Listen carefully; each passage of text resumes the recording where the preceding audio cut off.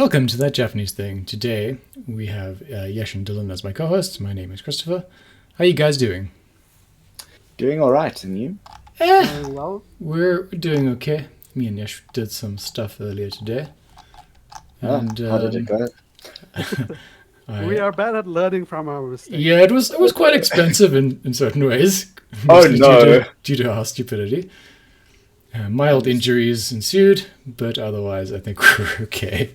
We So- accomplished our goal. So a typical Saturday. Yeah, Indeed. pretty much. Good job. So yeah, we're going to be talking about a good Japanese animated movie called Your Name in English, or Kimi no Na Wa in Japanese. But before that, some Japanese news, followed by some anime stuff.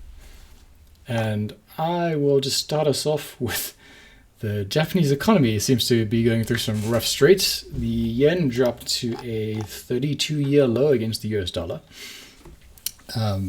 bringing it to a near 50% discount to what I would say is the normal value of the yen, at around 100 yen to a dollar. So it's at 147.66 as we record this. I mean, it's a great time to go to Japan, and Japan has just reopened for travel. So, got some dollars burning a hole in your pocket. Maybe it's time to consider that sort of thing. But the actual news is the Japanese Reserve Bank, or the organization that acts as the Japanese Reserve Bank in Japan, actually spent $20 billion to try and do something about this. And after they did so, at the yen somewhat recovered, but not remarkably so. And the prime minister seems somewhat unwilling to do anything about this, but that has earned him a 27.4% slide in his popularity poll, and he now sits at below 30% positive on that poll, which is remarkable considering his sort of landslide general election victory recently after the death of Abe. And I guess that was entirely due to that. It wasn't really like a referendum about him. It was more like a wave of support, I guess, in general, in the wake of the tragedy. But I think reality is now set in, and people are quite angry about the fact that everything in Japan is going to cost more now, which is something that the Japanese have not had to deal with for 30 years. As a country that has had zero inflation. What do you guys think about this? There's some topics that have been weighing on the Japanese people's minds, and this guy's responses have been very muted or non-existent. Kishida hasn't really put out anything about how he's going to do anything, only that everything is fine and carry on. Yeah, I mean, isn't it just same old, same old? I mean, it's Maybe I'm not a bit though, too right? cynical. That's the issue, I suppose. And the LDP's response to everything usually is same old, same old. We're the party of tradition. We're the party of stability. We don't change things. We don't shake things up unless someone does something, that gets them put in jail. Which has happened once or twice in the LDP. But generally speaking, they have been a stable party for what it's worth. I'm not necessarily sure, particularly their economic decisions have been, outstanding, right? They're sort of like a kind of a compromise party in most regards. So they'll have, they'll try to placate like the socialist reforms that one party would go further in, and they'll try to sort of kind of implement capitalist kind of policies to appease the Americans or whatnot, but they don't really go fully to one side of the spectrum. So it's kind of hard to have a strong feeling about what they do. Also, I feel like the party that's resistant to try anything. They don't have a stance of their own. What they Yeah. have is they are resisting change by doing little things to make people who want change go away. I mean, it's been understandable until recently because they didn't actually have a majority for most of the time they've been in office over the last 20 years or so. But they do now, so they actually could do basically whatever they wanted to. It's a parliamentary system. They have a majority in parliament. It's basically a Westminster system as well, so there's nothing to stop them from actually doing, whatever they want. They could change the constitution really if they wanted to. So it's strange that they're not doing more in light of things that are affecting them, that they do have some control over. But on the other hand, it has been their policy, so maybe that is just something they feel very strongly about in a way that doesn't really probably come through, I suppose. Resonate with the people. Yeah. Well, I think the other concerns are that Russia has been pushing for control of some islands to the north. Mm, North Korea recently launched a missile into their territorial waters, indeed. and the LDP response to both of these has been, "It's fine, we're handling." That's all. One thing that people were somewhat angry about, mostly the Communist Party in Japan and some other parties like that. The Communist Party in Japan is actually surprisingly nationalist. I don't know if you're aware, but there's two ways of referring to Japan. You can either say Nihon or Nippon. And the royal family says Nihon, which is the softer way of going about it. And the Japanese government generally goes with Nihon as well. People like the Communist Party and other nationalist parties tend to say the Nippon. That's like kind of the flag wavy way of saying it. But on the map of Japan, they stopped including some of the islands that the Russians are now claiming when they sort of highlight the map now. And that's upsetting some people. And I think rightly so.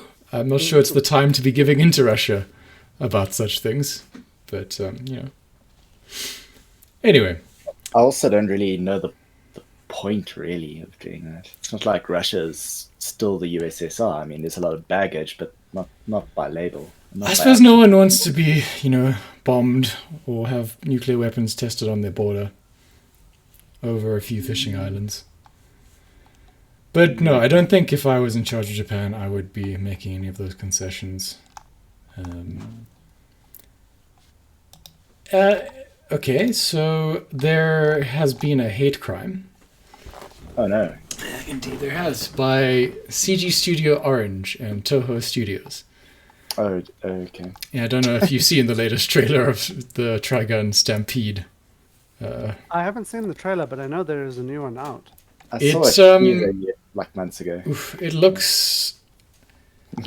As bad as you could imagine. Do you remember the Appleseed movie? It looks like that sort of quality, or the first Final Fantasy VII animated movie. You mean like that weird CG? It does. It actually reminds me of Pokemon games that have recently come out and might be somewhat better than this. Yes, don't watch it. You're gonna hate them. My Don't just get angry yet. I mean, my initial sort of response was, oh, it kind of looks like the Skull Knight anime, which I really liked. But, I don't think a Trigun Should look like reboot should cheap out in that same way. Chris, I also don't think a Trigun reboot. I don't think at all. I don't think it should. No, I mean, maybe there shouldn't be one, but if you are going to do that, I don't understand why you would go the route of, I don't know, like Battle Chris, of Gods allow me to explain. animation. Do you have a childhood?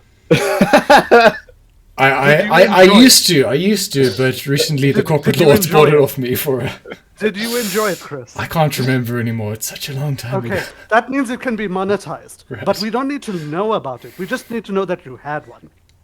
Indeed. And thus, it was all explained. But, it's Toho, right?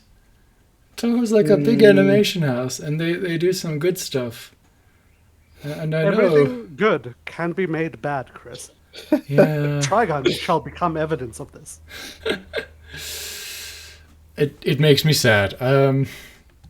Tell me what you I guys saw think their when you watch character it. designs. Yeah. I saw the character designs for the new Trigon, and I lost hope. I I- felt the spirit of hope leave my body. Really. I'm actually. How many times a day does that happen though, Yesh? Not. It takes a little bit to actually get me to feel sad. That's the trick I'm always at. Yes, but The action, the sort of the truth of the matter is most anime is somewhat CGI nowadays, and Mhm. the way they get But there's around it good is ways they to do it. they do the major portions of it, and then someone comes and hand draws the details. Mm. And this is the same problem that the Dragon Ball Super anime had, where they're using it for hair and they're using it for eyes and they're using it for fine detail. So it comes off. Did you watch the Star Wars Rebels? Not Rebels, Star Wars Resistance cartoon, where watched it, Resistance, where it was that kind of pale, almost lionless look. This sort of feels like that, except they've put sort of thickish lines over things. So I don't think it looks great. Hopefully there's something they can do between now and 2023 when it's coming out that will make it actually look good. Because at the moment, like even the lip flaps don't seem to match what people are saying. let me tell you the problem Yeah. I have with. Okay, I haven't watched the trailer, so I can't comment on the trailer itself. The problem I have with the designs that they have is they decided to make all of the characters look like they're about 19. Yeah. The problem with that computer animation that you're talking about is stuff like stubble, lines under the eyes, wrinkles, all of that is dropped. Yes. Instead, you get a single polygon as the entire head, and that polygon is perfectly smooth. And then you get these animated anime eyes that are like huge and everything, and it makes them look like they are underdeveloped humans, like they are 16 to 20. So the issue here is almost that it's, I don't know if smooth is the right word, but the hair is not spiky, because I don't think it can be animated that way per se. I think something about the way the polygons they got rid are. of the broom hair. Yeah, I forgot about that. Yeah, so I think it doesn't have that sort of classic Sonic the Hedgehog kind of spike to it that you associate with anime. It's the same on both sides of like a a hair follicle, quote unquote. In this, faces look okay. I mean, the lines again are very thick, which is I think a problem with the CG. And the way people move comes off as like that Final Fantasy kind of 3D motion, rather than I suppose that's like a Unreal Engine or something they're using to do the animation on physical objects. Maybe it'll be okay by the time they release it.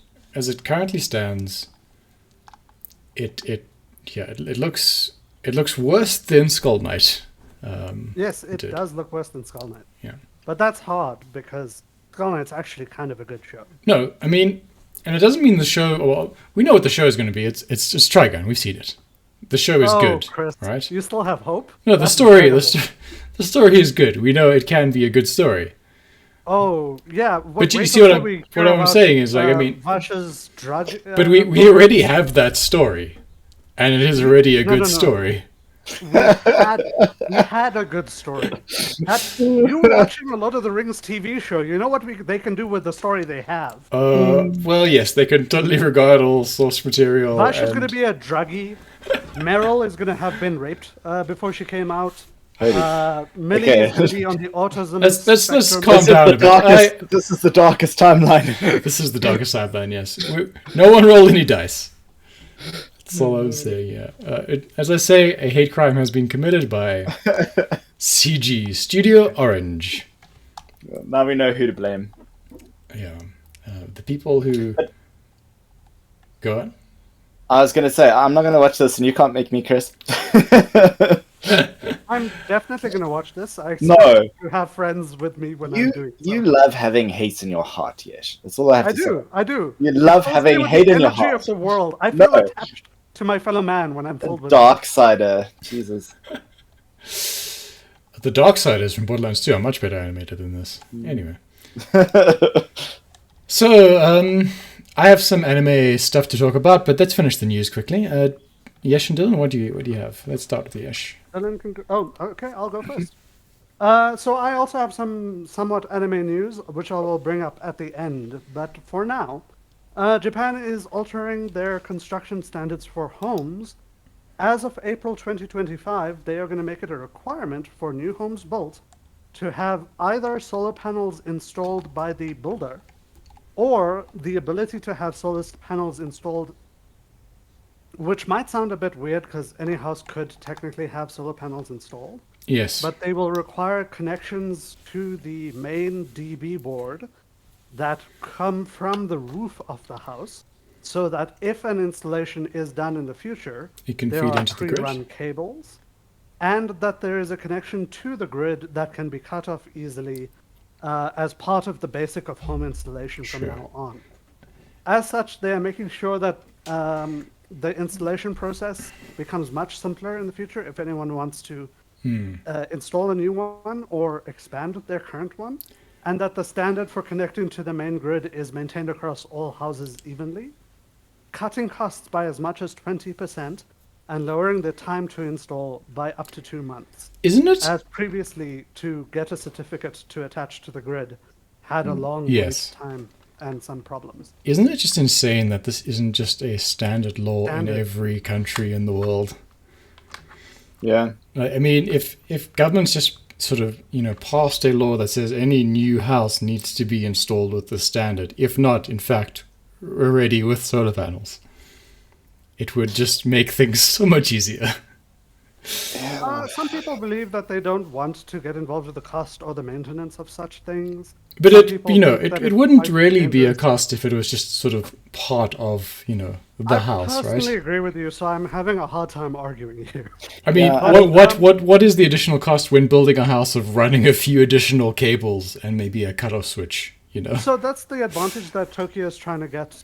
Specifically, it's only in Tokyo as a note. This is not a Japan-wide thing. Yeah. But the Tokyo city is trying to wrap the cost of getting solar into the cost of building a house. They say that this will lower the cost of installations by a very wide margin. One example they had, sorry, I'm just trying to look it up quickly.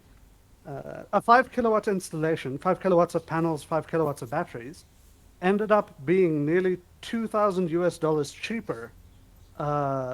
They measure it in US dollars because the price in yen No, is yeah, makes somewhere in the sense. vicinity of 1 million yen.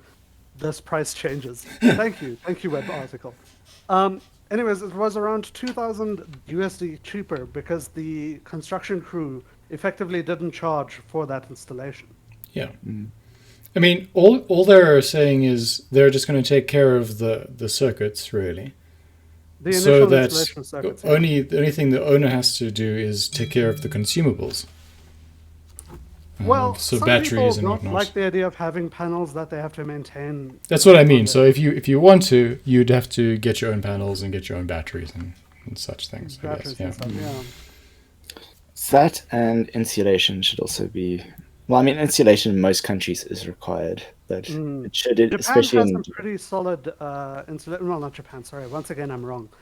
Tokyo has some standards for insulation that's quite good. Yeah. I'm sure the safety standards are very high in Tokyo. They do know what will happen if something goes wrong, especially in an earthquake and such things. Okay, anything else? This was specifically brought up after the heat wave caused some very severe problems recently. Yes. And Yeah. they wanted people to have access to power even if the grid is strained or the power grid goes down. Just, if every house in Japan could run an aircon without having to, draw on the Hence national up the grid. Yeah. Yeah, it'd be huge. Yeah. So that's Um, my non-anime story. My non-anime story for today is that Tokyo on Tuesday started receiving applications from sexual minorities to have their, unions publicly recognized. This is coming ahead of the system going live, or at least, yeah, the bureaucratic system going live on the 1st of November. So this is like a follow-on from a story that we did months ago. So what happened was they sort of allowed same-sex unions, right? And then the Supreme Court disallowed them again. I think that's where we left it off. Yes. So there was a movement to accept same-sex marriages and non-binary people, and then the Supreme Court of Japan was like, no, and countered it. Yes. We had talked about that quite some time ago. So what's the development here? Well, I don't know about the Supreme Court development, but Tokyo started receiving applications for it. So I assume that's been Tokyo's its own resolved. country, apparently. Apparently so. Yeah. But I mean, several. This is across several prefectures as well, you know. So it's gaining speed quite quickly. I'm almost surprised that Tokyo is lagging compared to, you know, Osaka or Aomori. Remember, so the Komato, the religious party in Japan, is very, very active in Tokyo. So they have to deal with a lot of that sort of thing when they want to do something in the Tokyo ward and Tokyo prefecture in general. So that may indicate why it's taking longer there than in other places, if it is a local decision at all, really. And it probably is, because the LDP will not want to change any legislation. Okay. Well, that's one more one more real world bit of news is Japan launched a Epsilon 6 rocket and then self-destructed it when it failed in some way. So the Japanese Space Agency launched an unmanned rocket carrying satellites, but aborted with a self-destruct command minutes after takeoff from the Uchinora Space Center in northern Japanese prefecture of Kagoshima. I'm not sure if that meant anything, got hit or anything. I don't know how high off the ground the rocket would have been at the time it detonated. But there haven't been any reports of injury or anything like that. I guess this does highlight that you do sort of need to have these like really kind of remote areas to launch rockets and things. It has to be relatively remote. Yeah, or over the ocean, or at least something like that. I mean, can you imagine if this was in southern Japan somewhere, a populated area, and they had to blow up a rocket of like an urban area? But thankfully, nothing went. I mean, something obviously went wrong, and I'm not sure we'll know exactly what that was until they do a thorough investigation. But no one was injured or anything. Okay, and that'll bring us to just some Japanese news about the new Japanese anime news about the new season of anime. Is there anything you've been watching so far that you guys are happy with? So I've been watching Eminence in the Shadow, obviously, because I've been saying for a while I cannot wait for it. Okay. That is going super well, in my opinion. In fact, the first episode was better than I anticipated, because I know that the show has a bit of a slow start. Episodes 1 and 2 are all I have watched, as a note, at the time of this recording. And I will say I am very pleased with the adaptation. It's a good adaptation. They've got the spirit of the show right. As you might know, I've never been more disappointed in a twist in the first episode of anime than Eminence in the Shadow. I kind of assumed the main plot in the real world was going to continue, but suddenly Truck-kun intervened, and I will continue to watch it. But I thought the second magical world seemed a lot less interesting than the primary plot line that was presented in the first episode. But let's see how that goes. But it is dirty, Chris. But it is number 3 on the international rankings according to Anime Corner. of the season. So let me go through what's number 1 to, let's say, number 20-ish. Chainsaw Man. Chainsaw Man, number 1, obviously. Bleach is number 2, but I think we're just going to ignore that because that is an Skip. existing property. Spy Family's back, that's number 4. Blue Lock. I haven't watched Blue Lock yet, but I'll get around to that. My Hero, another kind of, it's expected, it's number 6. I think interesting in that is kind of slowly dying away, unfortunately, or fortunately, depending on how you feel about it. Mob Psycho 3 is out. That's doing well. It's number 7th. Reincarnated as a Sword, I feel, is somewhat higher than it should be, but with a name like that, who wouldn't be interested in watching at least one episode? So that's number 8. Number 9, Welcome to Demon School, Irma-kun. That'll please Yesh. Indeed, it does. Though I did watch, I think just the first one's out so far. A little bit disappointed in the stakes involved, I suppose, after the conclusion of the second season. But it has to build up again. So I mean, I'm going to give it a chance. From a high to a low. Yeah. At the season changes. That's just how that's going to go. I mean, I still love all the characters, and it still feels like a great show. And Irma continues to be just the greatest of fluffball. So Indeed, he is my escape from reality. My favorite cross-dressing character in all of anime. Number 10, we have More Than a Couple, a married couple, but not lovers. Trailers look good, I haven't watched it yet. Mizaki-chan is back. It looks pretty good. Got that characteristic kind of just fun, fluffy, light-hearted show. Shinobi no Itoko is 12. We have then Beast Tamer after that. Number 14th, I'm the Villainous, so I'm Taming the Final Boss. That's the name I have to try and remember. Actually, a good show, I would say. It has a very strong couple of arcs, so yeah, I actually think it'll be good even into season 2 if it gets a season 2. If it gets one, good voice actors, and we have Megumin as the main villainess. That is Rie Takahashi, I believe. Akiba Maid War is at 15. Again, have you watched this? The trailers looked good, but I've not been. I watched episode 1. I am not fit to tell you what happened in it. Are you going to watch episode 2? I'm going to watch episode 2 to find out what's going on. Right. It looked confusing, but it looked interesting. Bocchi the Rock, I think, should probably be higher on this list. It's actually quite good. Have not watched.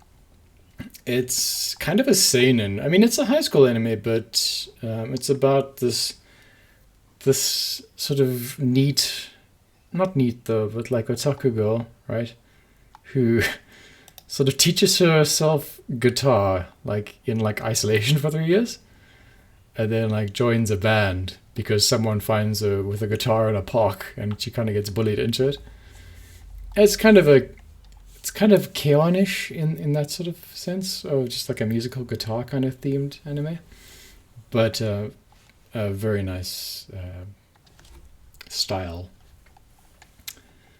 Gundam, surprisingly low on the list, 17th. Mobile Suits Gundam. Gundam has always had a bit of a niche feel to it. A lot of people don't watch Gundam just because they feel like they can't get in. But I think both you and me felt that the first couple episodes of Witch from Mercury, this is the name of the season, was actually quite good.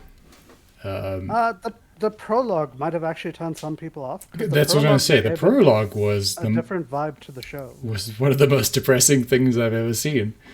And that's, part of a Gundam story, so that's saying something. But the first 2 episodes almost come off as like a lighthearted anime. I'm sure they're going to Madoka this on episode 5 or something, but it's pretty typical Gundam that we have the call to adventure at the beginning, and then the best girl or a Haru or something explodes. Look, usually there's more death by this point in a Gundam show, though. I mean, usually I suppose all the protagonist parents are dead at this point. Yeah, I was about to say, didn't everyone who was older died in the prologue? Yeah, that's true. Maybe they were just getting that out the way, hoping no one would watch it before they. Anyway, But I do want to say, sorry, Yeah, before you go move on, on yeah. from Gundam.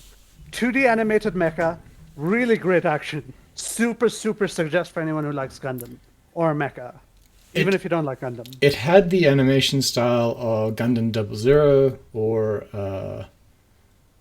what's the Full Metal Panic, the second raid sort of style, but like updated, much cleaner. I'm sure The there's some dual computer battle work being from the done. first episode was amazing. The characters are fun. They do a girl with a stutter, which you think would be annoying, but it's kind of not, which is probably really hard on the voice actress. Yeah, nothing screamed terrible or anything like that. I hope it gets up there in the rankings because it's actually pretty good. At 18th, though, we've got I somehow gotten stronger when I improved my farm-related Farming skills. Ugh. I watched half an episode and I just realized I was just groaning the whole time. So I stopped watching it, but I might come back to it and see how it goes, I guess. Chris, you know how rock-headed I am when it comes to manga? I try to get to chapter 50 before I decide if I want to drop something. Man, I dropped this at chapter 23. I couldn't even make it to a round number. there doesn't seem anything new in this, right? It gets worse. It's It's just just a downhill. everything so far that has happened has been a cliche. Character design, the starting city, like the weird dragon battle thing that happened. It's all just things that are from other animes that they've taken. It almost looks like they've grabbed them directly out of those shows. Speaking of a show that looks like it grabbed things from other anime, Yeah. Immoral Guild, or Futoku no Guild, Mm-hmm. is much better than it seems at first. We'll get to that in a second. So this is 19. We have Raven of the Inner Palace. I don't know this one. I think this might. Let me just check the Japanese name. I think this may be the Uhime one. Yes, this is the Uhime one. So it's Kyokyu no Karasu, which is actually really good. It should also be higher up. They're really well animated. It's a story about sort of pre-medieval Japan, dealing with like the imperial court and nobles and things like that. It's about a white-haired priestess who is a priestess for like a kind of bird-like deity. Magic and priestly powers and such are all real in the show.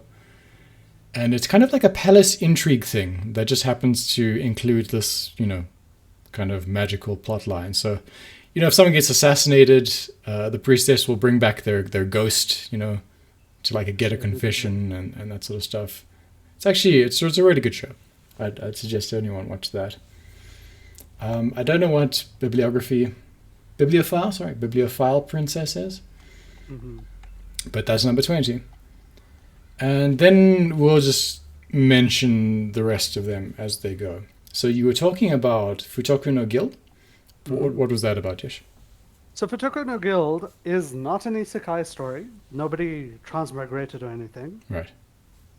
It's actually just, it involves an adventurers guild, which is where the groaning should begin, perhaps. Right. Wherein a young boy who was an orphan got adopted by the guild master of the adventurers guild. And then he grew up learning how to be an adventurer, basically from everybody in the guild. The whole guild raised him. And now Okay. at the tender age of, I think, 22, he wants to give up on adventuring. But he's also the only competent adventurer in the guild. So he is trying to train other people in how to be a competent adventurer. And the only people willing to learn from him are a group of girls who are all incompetent in some way. I mean, that's a great premise for an anime. A lot of that is very cliche. Yeah. But then the author basically took Konosuba and went apeshit on all of the cliches. Right. So this is very much like a Konosuba, except the girls are somewhat romantically interested in the MC. See, that kind of ruins it a little bit, doesn't it? The concept. Kind of. But the maybe if it's MC's done okay. trying yeah. to get out of adventuring because he feels like he hasn't lived his life at all. Ah, Because okay. he spent his entire youth adventuring. Right. So it's not that he is completely worthless. He's not a complete scumbag. Okay. He's just a that's scumbag because he fine-ish believes then. they're all lazy and they don't want to learn. He kind of feels a bit Black Summoner-y then, I guess. Mm-hmm. Um, And I feel actual sympathy for him, where I don't feel sympathy for Kazuma. no, Kazuma does not deserve anyone's sympathy. He is a terrible, terrible human being. We also have Urusei Yatsura, which is a remake of a much beloved anime. It is weird to watch. I don't know if you've seen it at all. It's about the space demon girl who comes down to Earth to participate in a tag match with the protagonist. This is the beginning of the Waifu Wars, girls. Yeah, She wears a indeed. tiger print bikini. She is the originator of waifu characters in anime. Mm-hmm. It's beautifully animated. It doesn't bear much resemblance to the original. In the style, sorry, in the quality of animation, but they've tried to keep the kind of feel of the characters and the character design, and they've left the plot surprisingly intact. So it feels strange in 2022 to be watching something that is clearly from the 80s, maybe even earlier. I'm not entirely sure when the original was. Yeah, this could actually be earlier. Let's just check the original. Yeah, 1987. Okay, so it was from the 80s.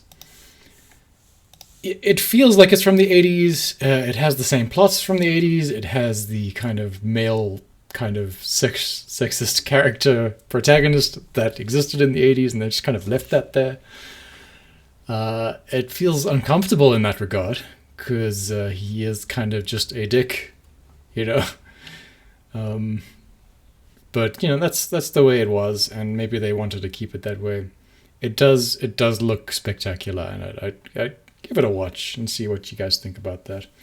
It'll probably climb a bit on this list just because it has a bit of like a weird heritage to it. I think people will start to like it. It's only 1 or 2 episodes out so far, anyway.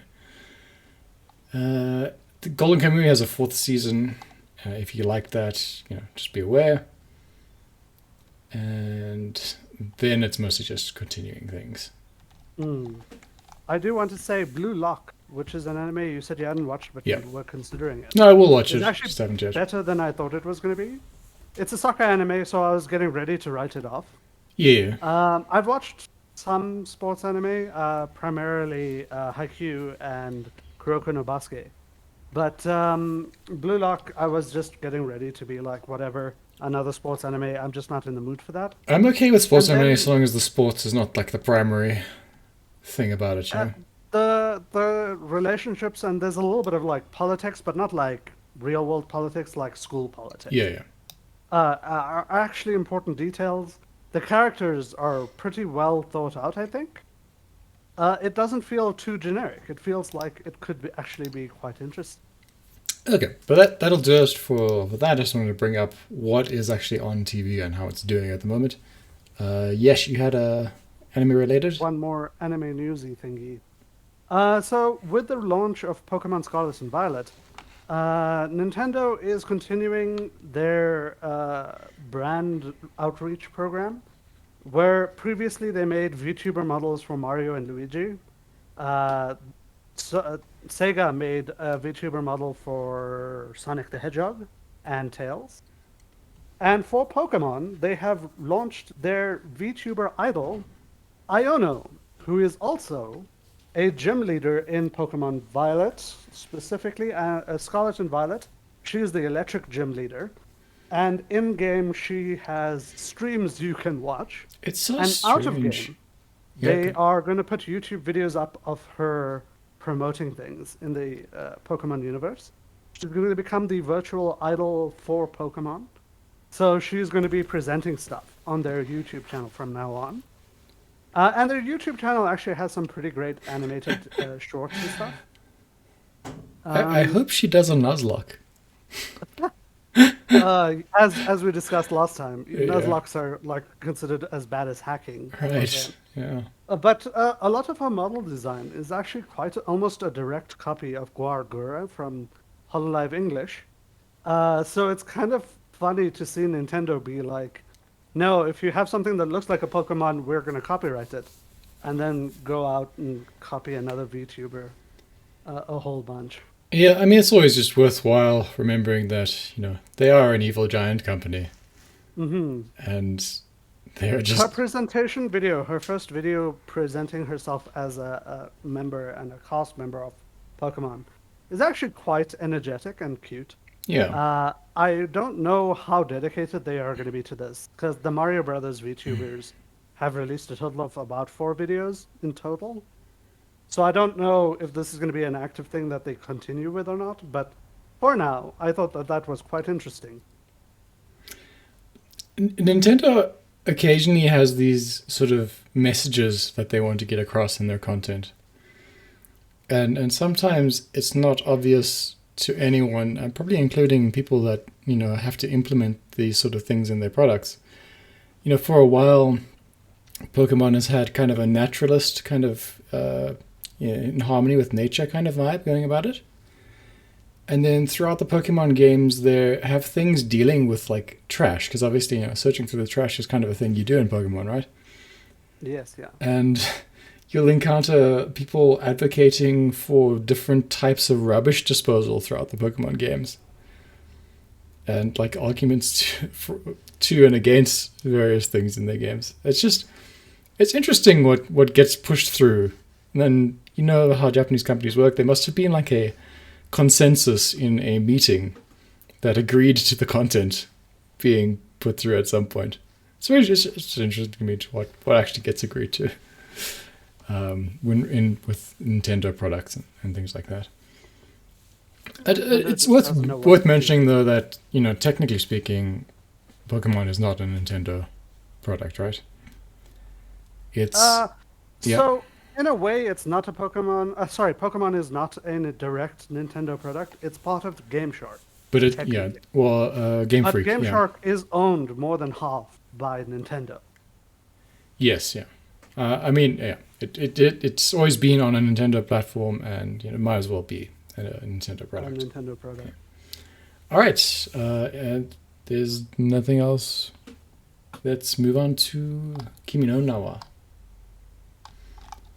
So this was a recommended movie. It's one of the better anime movies I've watched in quite some time, I think. Dylan, maybe you can tell us what it's about. It is possibly the only good Freaky Friday film that I've seen. Okay. As that genre goes, there is body swapping involved, but this isn't the typical kind of brainless storyline that you generally get with those kinds of films. So I watch a lot of Japanese TV and anime and such, and I know both of you do as well.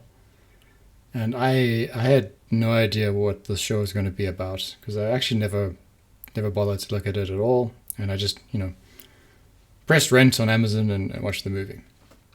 And it became very clear in the first few minutes that it was kind of like a Freaky Friday, as you say.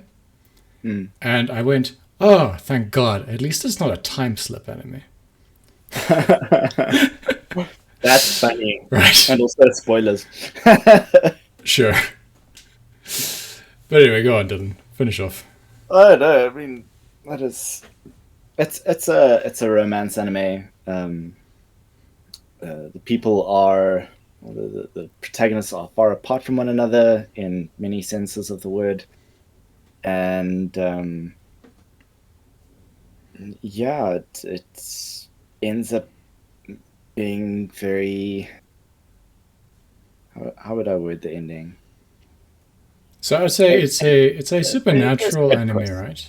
Yeah. There's definitely a supernatural element, yep. But it's also kind of like a teen into early adulthood romance story. It's probably something that would have been a great thing to take a date to if you could have seen it in a theater. Probably as a teenager, yes. I don't know, maybe just anyone really. I mean, it's Or, kind of sweet. yeah, It's yeah. engaging. It's not boring. I mean, it's not like No. a no. not like your I mean, typical Western kind of date night movie, if which the is just partner something to that you're like taking is stare at. into anime, I would agree. I would agree. Oh, yeah, that's also true. I don't know, even if they're not, I think maybe I that's good think you enough. would be cruising for defeat there. Sure, what is the point of dating a girl who's not Or you could interested in awaken anime? their desire for like, this is a bit too fantasy, but maybe you awaken their desire for anime and Sure, convert someone, sure. and then it's even better. I'm sure. I'm sure that way would work as well. But anyway, Yesh, what did you think? Going into this, I was excited because Shinkai Makoto has been making a lot of movies that I want to watch. I'm super eager to ride this man's career through. I didn't know what kind of movie it was going in. I got the impression that it was a romance from the high school boy and high school girl on the cover kind of thing. Yeah. I didn't realize that this was as complicated and complex as it was going to be. I also kind of didn't expect to feel anxiety in this, Right? but when she goes back the second time and knows what's coming and is trying to warn her town. Before we do that, let's just say this is where non-spoilers end, and spoilers will commence after here. And let's just give a little rating quickly. I'm gonna say this was like a 8.5, 9 out of 10 for me. Watch it. It's a kind of science fiction-y, fantasy, supernatural love story, and I think it's worth your time.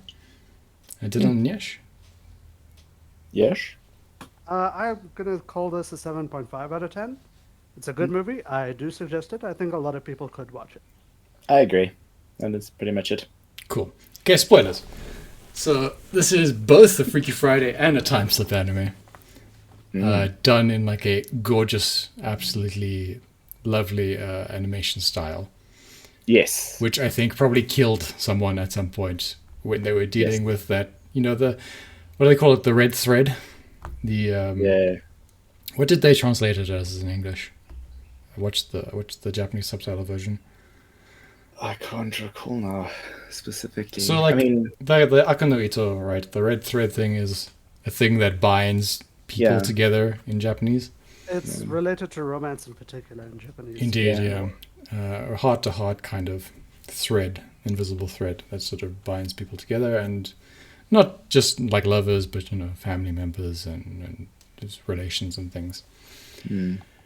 That scene where they sort of show it kind of like moving through the shrine and going into like the ethereal realm and everything. That was what Doctor Strange Multiverse of Madness was trying to achieve with some of its visuals. I think Definitely. You can feel like this did it much better. Much better than that, though. It felt like you were in like a bucket of paint that was being blended at some point, but in like a really artistic way. Yes, you were going on a rant, though. Let me pass that over to you. Indeed. I was saying that this movie took me on an emotional roller coaster.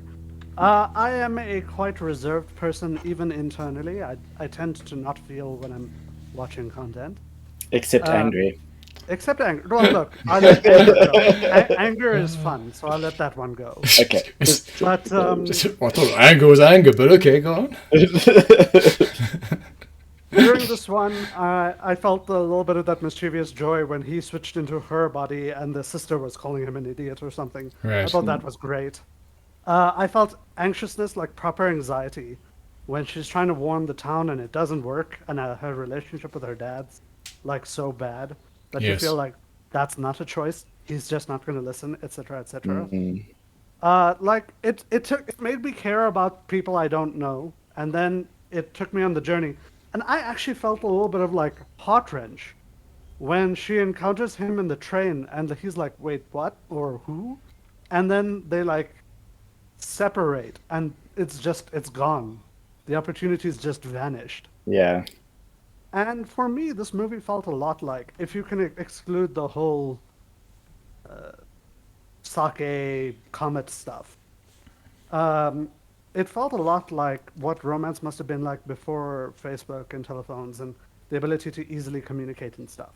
Right. Yeah. At least for me, that's what the message on the inside of this. If you had like a partner or a prospective partner that was actually quite distant to you, you would have had to leave messages or like and letters. if you moved yeah. when you were young and you had a relationship with someone and you kind of forgot, and then you encounter someone that just gives you that, I feel like I know you, and this strong emotion returns.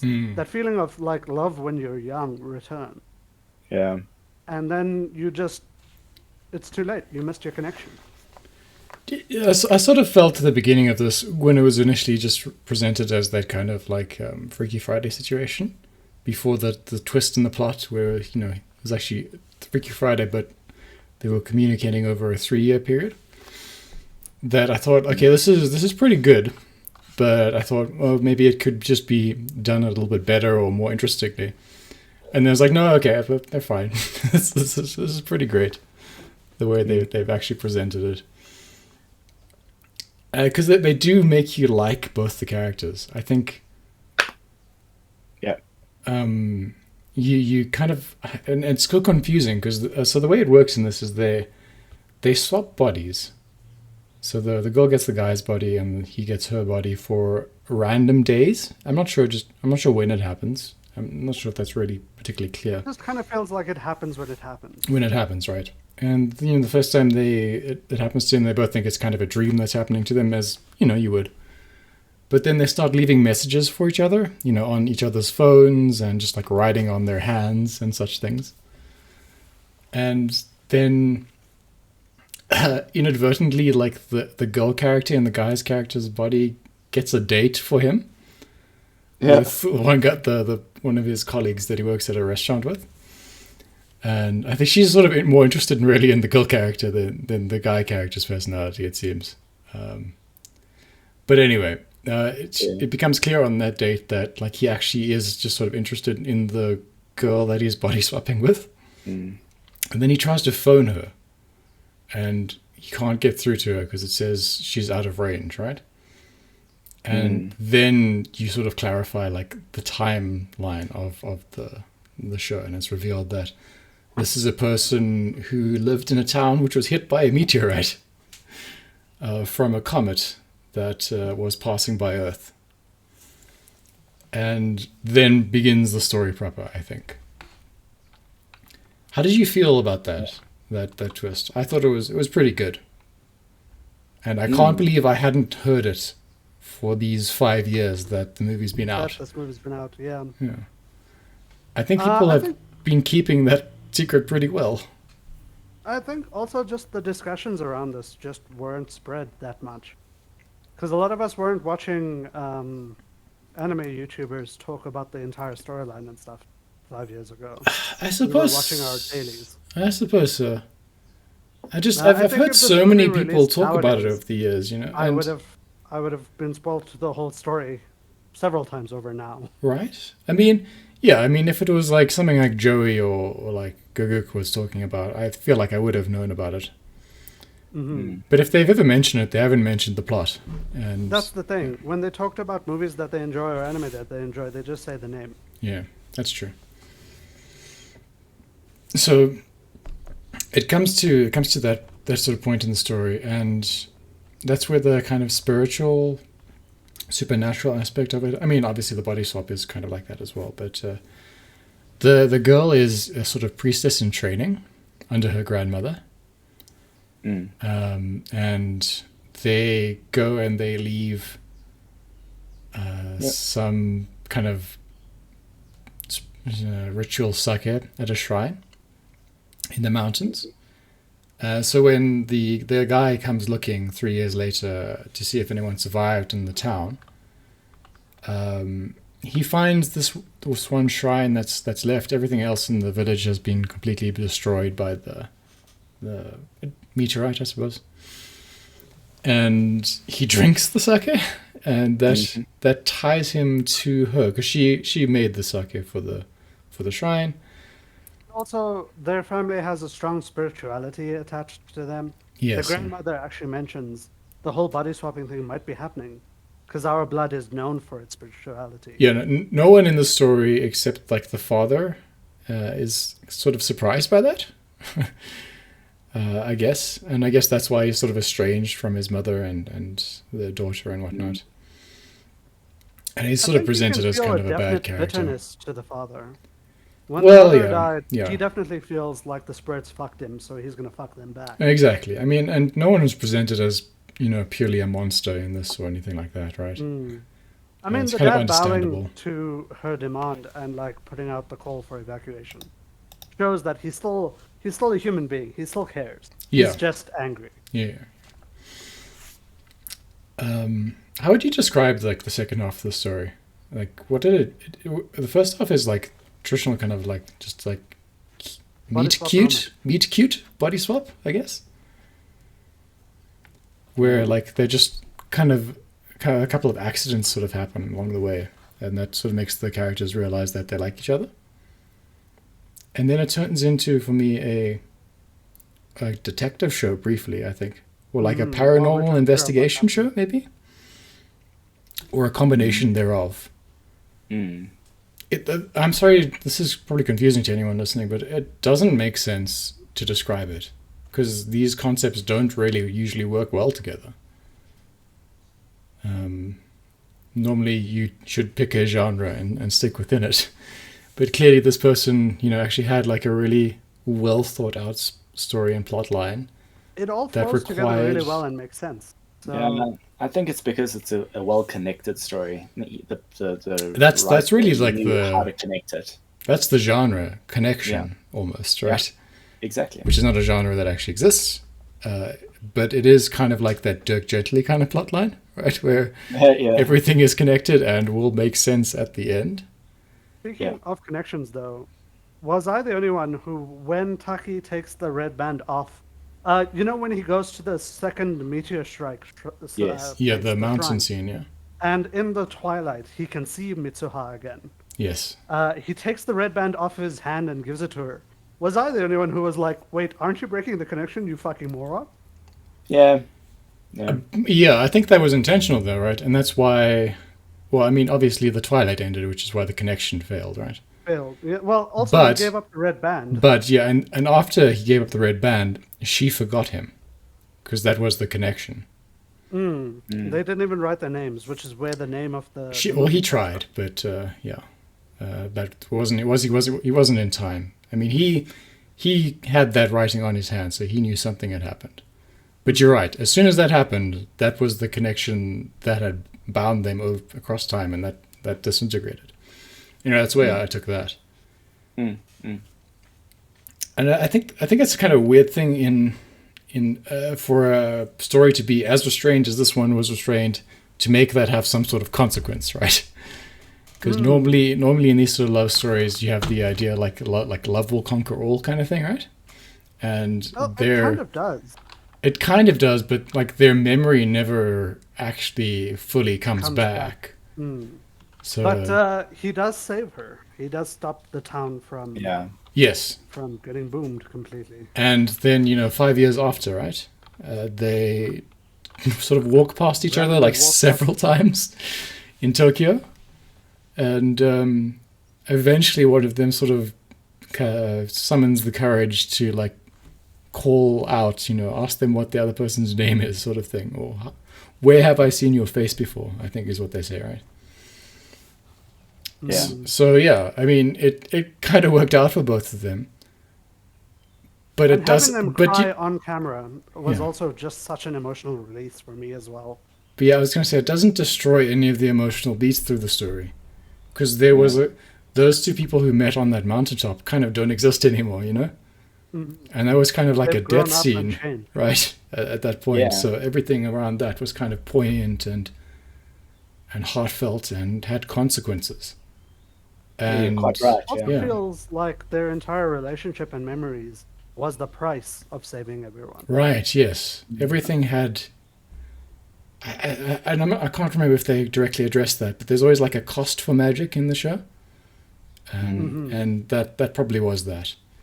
She made that sort of demand of the Tochigami, what do you call, like the god of the land, when she was screaming she wanted to go and like have a life in Tokyo. Tokyo, Yeah. which And might be what started the entire. yeah, and the grandmother was going on about how gods can transcend time and even change time and so on and so forth. I think it was kind of hinted or suggested that the mother knew that she was unwell when she was giving birth, Yeah, and that she begged the gods to let her daughter be born. that may be true. Yeah, I didn't really pick up on that, if that did happen. I got the impression that the mother was like did something that made the father angry. Yes. And I kind of feel like it was hinted, not directly stated, that the gods were involved with her losing her life, but the baby being born healthy. Yeah. But I mean, all these things happen, and none of them feels cheap throughout the entire show, right? Yeah, It's it does. it's It so does have its refreshing weight, but- yeah. for a story to be written in such a way that I'm not unhappy with, like, basically any elements of it. Yeah, there's no copping out. There's no like cheap Deus Ex Machina. It's done very Everything is well. a struggle, and it feels like it pays itself off. No one's memories magically came back at any point. Mm. And And you do legitimately, you legitimately don't know if at the end they'll ever get together again. Because it's Up just until the them last below as scene, well. right? Up until the last scene. Right.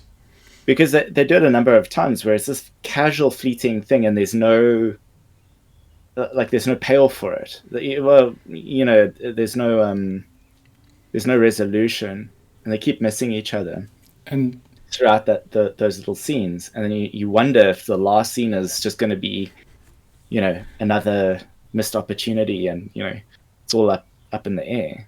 yeah. So obviously the last words of the story were Kimi No Na Wa, like, what is your name, right? And throughout the story, they did this thing where they almost said that a few times, but they always said like, Kimi wa dare, or like, who are you, right? Or what is your? They said it in like a more formal name. What is your name, or something like that. And they always kind of skirted around using that exact wording throughout the show. And so it didn't even like have that you know, like the name drop thing that you often get with shows. It saved it to the appropriate point, and then credits rolled. So Yeah. it just felt like a perfect execution of a standard movie format.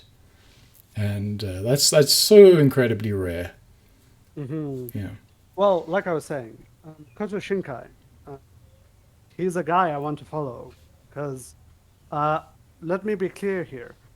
We were talking about what we wanted to do, and we were suggesting that anime movies or movies in general are a piece of content that we should look into in between series discussions. Yeah. So when it came time to suggest a movie, there were 3 movies from this guy I wanted to go through. And I just cannot suggest the other one. I've watched another movie from him, 5 centimeters per second, Oof, okay. into which he put everything he could to completely destroy your heart. Right. It is the most, ugh, Yeah, this pull over, lie down, try not to cry. movie won't do that. This will do the opposite, basically. Indeed. So Kimi Thank No you, Wa, Yesh. Kimi No Na Wa took some of those lessons, built up pressure, and then gave us a release. I also want to say thank you, Yesh, because I had just watched like one of the episodes, like the 7th episode of like the Rings of Power show, and I had lost quite a lot of faith in humanity, and this did help restore it somewhat. So I do appreciate that. That's good to hear. So 5 centimeters per second, don't watch it. Don't go near it if you're ever sad. It is the saddest thing, and it is hurtful. Yes. The other one that I do think we should get to someday is Weathering with You. But we can do that another time. Indeed. And with Kimi No that, Na Wa is at least happy. any last words about this topic? I think I mean, my review stands. I think it's like a good 9 out of 10. It just Yeah, it's quite just enjoyable. one of those things that proves that like people can write something like kind of beautiful. And it doesn't have to be a weird cash grab. name recognition project. Yeah.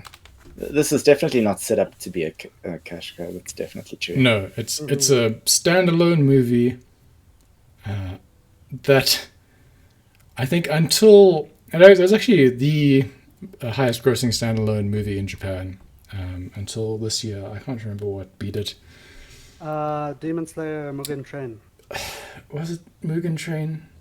Mugen Train definitely beat it. Mugen Train may have beat it, but there was something that even beat Mugen Train recently. Quite possibly, yeah. Yeah. Like, But unfortunately, it was one of those name recognition kind of things that do depress me on occasion. Not that Demon Slayer is bad or anything. was it not a Jujutsu Kaisen movie or something? If The only it other was, movie it's I not know so of, bad. Promare and Evangelion. Both of those released earlier. I'll probably remember it as soon as we stop recording. And on that note, thanks everyone for listening. Thank you, Yash. Thank you, Dylan. I've been Anime, Chris. what is your name? Bye. Cheers. Cheers.